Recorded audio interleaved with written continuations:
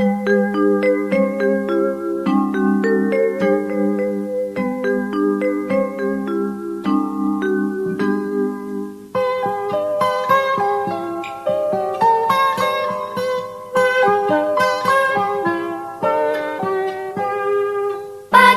cerahku, matahari bersinar, ku gendong tas merahku di pundak. Assalamualaikum warahmatullahi wabarakatuh. Nama saya Renalda Afrista, saya berasal dari PGMI 6E. Di sini saya akan menjelaskan bagaimana cara mengembangkan bakat dan kreativitas anak di dalam kelas. Baiklah, di sini yang pertama kali yang saya akan jelaskan adalah kreativitas.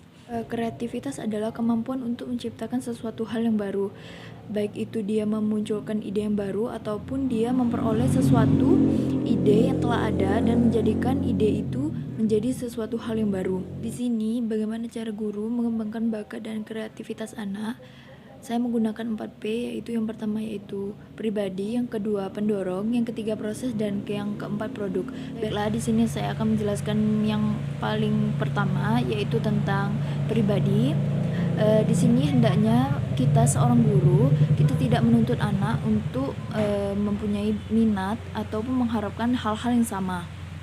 Kita harus menghargai keunikan dan bakat dari setiap masing-masing siswa. Jadi di sini kita harus menghargai keunikan dari pribadi masing-masing siswa kita.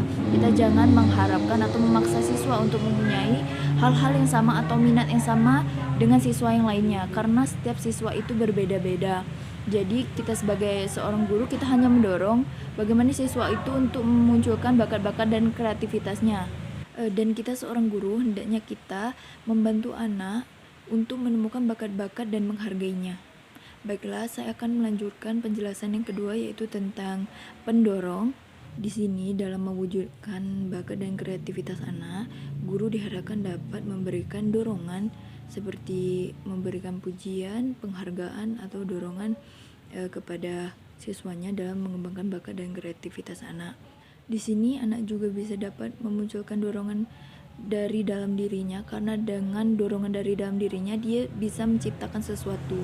Karena lingkungan dan karena dorongan dari guru ataupun orang tua, anak bisa memunculkan bakat dan kreativitasnya. Di sini dalam proses pendorong, bakat kreatif itu bisa muncul akibat dari lingkungan yang mendukung pengembangan bakat kreatif itu, tetapi ada pula lingkungan yang menghambat faktor pengembangan bakat kreatif itu sendiri. Baiklah, yang ketiga yang saya akan jelaskan yaitu dalam proses. Di proses ini, hendaknya kita sebagai seorang pendidik, kita harus bisa memberikan kesempatan kepada pendidik untuk bersibuk diri dalam kegiatan kreatif. Dan kita juga bisa mendorong anak untuk melakukan kegiatan-kegiatan kreatif, di mana dalam kegiatan kreatif itu anak bisa melibatkan dirinya untuk melakukan kegiatan kreatif itu. Dalam hal ini, kita sebagai pendidik, ada baiknya kita bisa membebaskan anak untuk mengekspresikan dirinya dengan belajar kreatif dan kegiatan kreatif. Baiklah, di sini saya akan menjelaskan bagian yang keempat yaitu bagian dari produk. Pada bagian produk ini maksudnya adalah kita sebagai seorang pendidik, kita harus menghargai sebuah karya yang telah dihasilkan dari kreativitas dan bakat anak tersebut.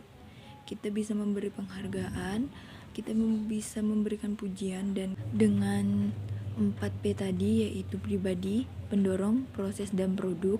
Adapun kita sebagai pendidik bisa dengan menumbuhkan rasa percaya diri kepada anak, karena ada anak yang malu-malu dan belum bisa mengekspresikan dirinya.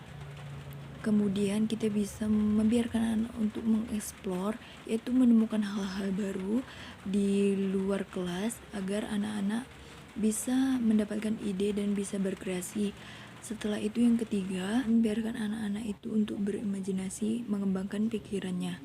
Setelah itu, kita sebagai seorang pendidik, kita tidak boleh melarang. Kita hanya bisa memberi dorongan kepada anak. Kita tidak boleh melarang karena itu membatasi kreativitas anak. Kemudian kita sebagai seorang pendidik bisa memberikan kegiatan yang merangsang kreativitasnya. Baiklah, itulah cara saya dalam mengembangkan bakat dan kreativitas anak dari 4P tadi, yaitu pribadi, pendorong, proses, dan produk. Kemudian yang pertama itu menimbulkan rasa percaya diri kepada anak. Yang kedua yaitu membiarkan anak untuk berimajinasi. Yang ketiga yaitu biarkan anak mengeksplor. Yang keempat yaitu kita memberikan anak dorongan bukan larangan. Yang kelima, kita memberikan kegiatan yang merangsang kreativitas anak. Baiklah, itu saja penjelasan dari saya. Jika ada kesalahan kata dan kekurangan saya minta maaf. Wassalamualaikum warahmatullahi wabarakatuh.